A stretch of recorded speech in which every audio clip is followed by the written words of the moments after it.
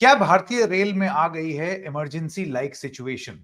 ये हम क्यों कह रहे हैं? पिछले 14 दिन में भारतीय रेल के 7 बड़े हादसे हो चुके हैं और आज फिर एक और हुआ। आज का जो हादसा था उसमें 2 लोगों की मृत्यु बताई जा रही है और करीब 20 लोग घायल हैं, क्योंकि 30 जुलाई को हावड़ा सीएसएमटी एक्सप्रेस के 18 कोच डिरेल हो गए।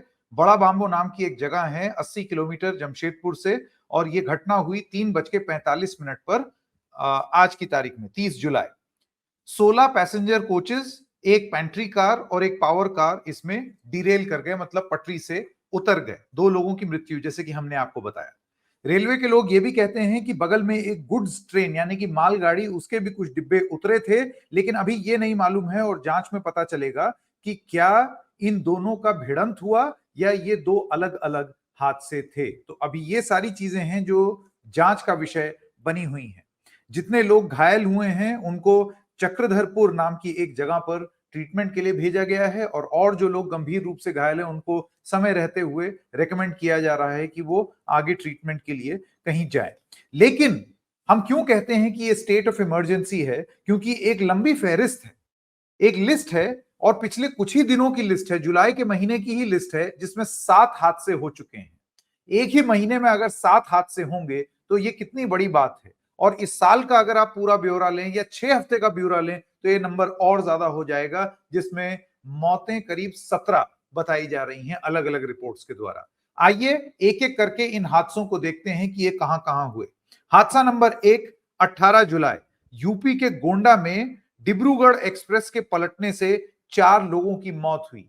4 लोगों की मौत हुई थी। ये 18 जुलाई को हुआ था। तस्वीरें आपकी स्क्रीन पर हैं। और जब ये घटना हुई तब इसकी जांच की गई, ये पता लगाने की कोशिश की गई कि इसके पीछे की वजह क्या है। हम उन वजहों पर अभी थोड़ी देर में आएंगे, क्योंकि अमूमन 2 या 3 ही मुख्य रूप से वजहें रहती हैं कि एक ट्रेन डिरेल क्यों होती है। फिर आते हैं हादसा नंबर 2, 19 जुलाई, गुजरात के वलसाड़ में मालगाड़ी पटरी से उतरी। अब ये मालगाड़ी थी, इस वजह से इसमें जान का नुकसान नहीं हुआ, तो इसमें उतनी ज्यादा बात नहीं हुई। लेकिन गाड़ी तो गाड़ी होती है, ये पैसेंजर ट्रेन भी हो सकती थी, तो इसकी वजहें क्या थी वो भी पता लगाने का प्रयास लगातार हो रहा है। इससे पहले कि होश संभालते अगले ही दिन हादसा नंबर 3, 20 जुलाई को यूपी के अमरोहा में मालगाड़ी पटरी से उतरी। फिर ये मालगाड़ी थी और पटरी से उतरी। अक्सर जब पटरी से उतरती है तो आगे चल के हम आपको मुख्य कारण बताएंगे कि ऐसा क्यों होता है। अब तक इंसान ये सोच ही रहा था कि ये 2-3 हादसे हो गए हैं, इतने हादसे क्यों हो रहे हैं। हादसा नंबर 4 हो गया 21 जुलाई को, राजस्थान के अलवर में मालगाड़ी पटरी से उतर गई। ये भी एक मालगाड़ी थी, इस वजह से जल्दी से कार्रवाई की गई, ट्रैक साफ किया गया। आपको ये भी बता दें कि चाहे मालगाड़ी पटरी से उतरे या पैसेंजर ट्रेन उतरती है तो जान का नुकसान होता है, लोगों की मौत होती है, लोग गंभीर रूप से घायल होते हैं। मालगाड़ी पटरी से उतरती है तो माल का नुकसान होता है, और इन दोनों ही सिचुएशन में जो आवाजाही प्रभावित होती है, यानी कि ट्रैक जो है वो बंद हो जाता है। आप सोचिए उसका कैस्केडिंग इफेक्ट, कोई ट्रेन से आ रहा है लेकिन वो जो ट्रैक है वो बंद है क्योंकि वहां पर ट्रेन डिरेल हो गई है। ये भी एक बहुत भारी नुकसान होता है जो लोगों को, देश को और भारतीय रेल को उठाना पड़ता है। उसी दिन अगला हादसा, पश्चिम बंगाल के रामघाट में मालगाड़ी पटरी से उतरी। अब आप सोचिए इतनी सारी मालगाड़ियां पटरी से उतरी हैं। फिर अगला हादसा 29 जुलाई, दिल्ली जा रही बिहार संपर्क क्रांति के 2 डिब्बे अलग हो गए। इससे एक दहशत सा फैला, ये समझ में नहीं आया कि ये क्यों हुआ है। बाद में उसकी जांच हो ही रही है। यानी कि आप ये सोचें कि लगातार ये बात हो रही है, जब तक आप जांच करके किसी चीज के नतीजे पर पहुंच रहे हैं, अगला दिन आ जाता है और अगले दिन फिर और एक और हादसा रिपोर्ट हो जाता है। और 30 जुलाई यानी कि आज की तारीख, हावड़ा मुंबई मेल झारखंड में ऐसा बताया जा रहा है कि मालगाड़ी के साथ टकराई और 2 लोगों की मौत हुई है, लेकिन अभी ये जांच का विषय बना हुआ है कि वो टकराई भी है या फिर ये 2 अलग अलग हादसे हुए हैं। अब इन सब चीजों को देखते हुए 7 हादसे ये हो गए हैं। आप इसको भले ही ऐसे नजरअंदाज कर दें कि ये तो छोटे मोटे हैं, मालगाड़ी ही तो है, लेकिन इससे पहले बड़े हादसे भी हो चुके हैं। बालेश्वर, बालासोर जिसे कहते हैं, वहां के हादसे, ये किसी से छुपा हुआ नहीं है, पिछले साल जो हुआ था।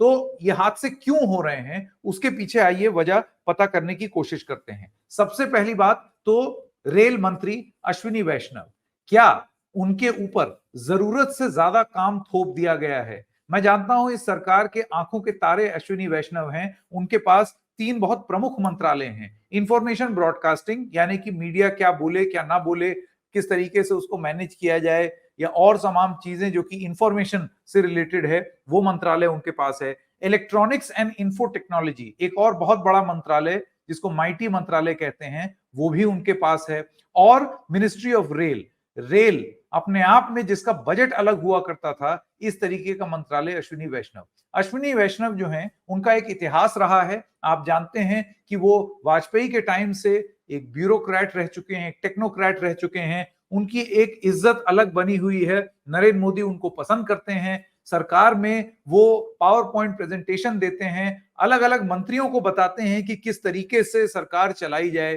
तो उन पर डिपेंडेंस सरकार की काफी है। सरकार के जो खास तौर से प्राइम मिनिस्टर जो हैं, उनको बहुत पसंद करते हैं कि वो किस तरीके से काम कर रहे हैं। लेकिन हर इंसान की एक लिमिट होती है। अगर आप 3 बड़े बड़े मंत्रालय एक ही इंसान को दे देंगे, तो फिर वो ओमनी प्रेजेंट तो हो नहीं सकते, हर जगह हर समय तो उपलब्ध हो नहीं सकते, और एक फिजिकल एक सीमा होती है जिसमें आप काम कर सकते हैं। इतने 3 बड़े बड़े मंत्रालय अश्विनी वैष्णव को दे देना, क्या ये जरूरत से ज्यादा काम पकड़ा दिया है और थोप दिया गया है, जिसकी वजह से उनका ध्यान बंट रहा है, या फिर वो ये हैंडल कर सकते हैं? ये जो हादसे हो रहे हैं, इससे तो ऐसा लगता है कि शायद उनको जिस तरीके का ध्यान मिनिस्ट्री ऑफ रेल पर देना चाहिए, वो उस तरीके का ध्यान मिनिस्ट्री ऑफ रेल पर नहीं दे पा रहे हैं। ये तो हो गई मंत्री की बात। क्या मंत्री को लेकर के सरकार कोई फैसला करेगी या नहीं, ये सरकार के ऊपर छोड़ते हैं और आपको इस सवाल के साथ छोड़ते हैं। अब आइए बात करते हैं वजहें, ऐसा क्यों होता है। तो देखिए, आप जानते हैं कि यही मंत्री जी जो हैं, जब मिनिस्ट्री ऑफ रेल में थे, अभी आप तस्वीर देखेंगे जिसमें ये 2 इंजन लेकर के दिखा रहे हैं कि एक कवच योजना है रेलवे में। कवच में जब ट्रेन के लोको यानी कि इंजन एक दूसरे के पास आएंगे, तो वो अपने आप ही अपने आप को रोकने लगेंगे। जैसे कि गाड़ियों में आजकल एडैस आ गया है, वैसे ही आप ये समझ लीजिए कि ये रेल इंजन का एडैस है, जो कि रेल मंत्री कह रहे हैं कि हम लागू कर रहे हैं। अब इसकी सच्चाई क्या है, मैं आपको सबसे पहले तो ये बता दूं कि रेल बजट कितना होता है। इस बार के बजट में 2.52 लाख करोड़ रुपए का आवंटन भारतीय रेल मंत्रालय को हुआ है, यानी कि रेल विभाग को हुआ है। अब जब कैपेक्स है, कैपेक्स का मतलब होता है कैपिटल एक्सपेंडिचर, कि आपको ट्रेन खरीदनी है, रेल खरीदना है, फैक्ट्री लगानी है, और कैपिटल और बिल्ड करना है। उसके लिए हमारा जो आर्थिक सर्वेक्षण है, इकोनॉमिक सर्वे, उसमें कैपिटल एक्सपेंडिचर रेलवे का 77% बढ़ गया है, और वो 2.62 लाख करोड़ रुपीस हो गया है फाइनेंशियल ईयर, यानी कि वित्तीय वर्ष 2024 में। लेकिन अब मैं आपको बताता हूं कि इतना सब कैपिटल एक्सपेंडिचर के बाद भी कुछ साल पहले लॉन्च किया हुआ कवच योजना, आज उसकी हकीकत क्या है? ये क्यों है कि ये ट्रेन आपस में भिड़ रही हैं? आंकड़े आपको सारी कहानी बता देंगे। दरअसल रेलवे का अपना डेटा ये दिखाता है कि रेल हादसे दरअसल कम हुए हैं, यानी कि 2000 और 2001 में जहां 473 रेल हादसे हुए थे, वहां पर रेलवे के हिसाब से 2014-15 में ये घटकर 135 हो गए, और 2022 में घटकर ये मात्र 48 ही रह गए। लेकिन फिर भी छोटे बड़े करके ये जो एक के बाद एक हादसे हो रहे हैं, ये एक चिंता का विषय है। एक बार फिर लौटते हैं कवच के ऊपर। कवच की स्थिति क्या है? दरअसल ये जो कवच स्कीम है, ये अभी पूरी तरीके से देश में फैल ही नहीं पाई है, इसका नेटवर्क उस तरीके का बन ही नहीं पाया है, इसी वजह से ट्रेन भिड़ रही हैं। सच्चाई क्या है, आंकड़ों पर नजर डालते हैं। बजट में, इस बजट में 1112.57 करोड़ रुपए जो है वो कवच के लिए बजट में रखा गया है। 140 के आसपास इंजन जो हैं वो इससे कवर्ड हैं। लेकिन आप जानते हैं कि कितने लोकोमोटिव्स इंडियन रेलवे में चल रहे हैं? 139 लोकोमोटिव्स को तो आपने कवर कर लिया, लेकिन हैं कितने? 14,800 लोकोमोटिव्स हैं, यानी कि 14,800 इंजन में से अगर आपने सिर्फ 140 को कवर किया है, तो फिर क्या खाक कवर किया है? इसमें क्या कवरेज होगी? एक और तरीके से समझने की कोशिश करते हैं। रेलवे का जो नेटवर्क है, किलोमीटर में अगर देखें, तो वो 69,000 किलोमीटर्स का रेल नेटवर्क है, 69,000। और उसमें जो कवच योजना है वो कितने किलोमीटर में फैली हुई है? 1,445 किलोमीटर। अब आप सोचिए कि ये जो कवच योजना है ये कितनी कम है और कितनी कम ट्रेन पर है। सिर्फ 139 ट्रेनें हैं, 14,800। परसेंटेज में अगर आप कैलकुलेट करने लगेंगे तो आपको सच्चाई समझ में आने शुरू हो जाएगी। रेलवे का अब यह मानना है कि हम अगले साल तक इस 1,445 किलोमीटर की कवच कवरेज को 4,500 किलोमीटर कर लेंगे और 5 साल में इसको 44,000 किलोमीटर तक कर लेंगे। रेल का नेटवर्क जैसे कि हमने बताया करीब 70,000 किलोमीटर का है। एक और मुख्य कारण जो होता है हमेशा ट्रेन जब पटरी से उतर जाती है तो उसको कहते हैं सिग्नलिंग। सिग्नलिंग क्या होती है? सिग्नलिंग वो सिस्टम है जिससे ट्रेन और प्लेटफॉर्म, ट्रेन और रेलवे ये कम्युनिकेट करते हैं कि कौन सी ट्रेन को किस स्पीड में जाना है, कहां रुक जाना है, कहां उस पटरी पर कोई और ट्रेन आएगी, दो ट्रेन एक पटरी पे ना आ जाए, एक रुक जाए तो दूसरी निकल जाए। इस पूरे कॉन्सेप्ट को सिग्नलिंग कहा जाता है। पहले ये पूरी प्रक्रिया सिग्नलिंग की मैनुअल हुआ करती थी क्योंकि कंप्यूटर नहीं हुआ करते थे। मैनुअल सिग्नलिंग में अगर आपको याद हो, रेलवे में इंजन लोकोमोटिव का जो पायलट है, जो ड्राइवर है, वो रेलवे स्टेशन में बाहर निकलता था। रेलवे स्टेशन पर एक मास्टर एक गोल सी बड़ी सी चाबी, बहुत बड़ा छल्ला लेकर के खड़ा रहता था और उसके बाद वो अपने हाथ में फंसा करके और फिर वो छोटा सा एक टोकन होता था गोल बॉल जैसी, उसको अपने सिस्टम में डालते थे, जिससे एक ऑथराइजेशन मिलता था कि अब आप ट्रेन आगे लेकर के जा सकते हैं, इस प्लेटफॉर्म ने आपको इजाजत दे दी है। ये तब की प्रणाली थी अंग्रेजों के जमाने की। ऑब्वियसली वक्त बदला, जमाना बदला और धीरे धीरे कंप्यूटराइजेशन हुआ। जब कंप्यूटराइजेशन हुआ तो हम मैनुअल रेलवे नेटवर्क से इलेक्ट्रॉनिक रेलवे नेटवर्क सिस्टम पर आना हमने शुरू किया। लेकिन इस प्रक्रिया को भी काफी समय हो गया। कंप्यूटर कब से हैं आप लोग जानते हैं, और ये सब मैं इसलिए बता रहा हूं क्योंकि रेलवे एज अ बीट हमने कवर की हुई है तो इन सब चीजों के बारे में परिचित भी हैं। आपको ये बता दें कि रेलवे राउटिंग इंटरलॉक RRI का मतलब ये होता है कि अपने आप कंप्यूटर ये निर्धारित करेगा कि इस ट्रैक पर ये, उस ट्रैक पर वो, फलानी ट्रैक पर ये, तो ट्रैक को अपने हिसाब से वो एडजस्ट करेगा। उसमें हरी लाइट जल जाएगी, लाल लाइट जल जाएगी और सिग्नल्स अपने आप जो हैं वो चेंज होते रहेंगे। इसकी वास्तविकता क्या है आपको वो बता दें, और यहां जान करके आपको हैरानी होगी कि क्या हम अपने इलेक्ट्रॉनिफिकेशन यानी कि नवीनीकरण सिग्नलिंग प्रोसेस में उसमें भयंकर रूप से स्लो तो नहीं है। हम लोग क्यों स्पीड पर नहीं कर पा रहे हैं?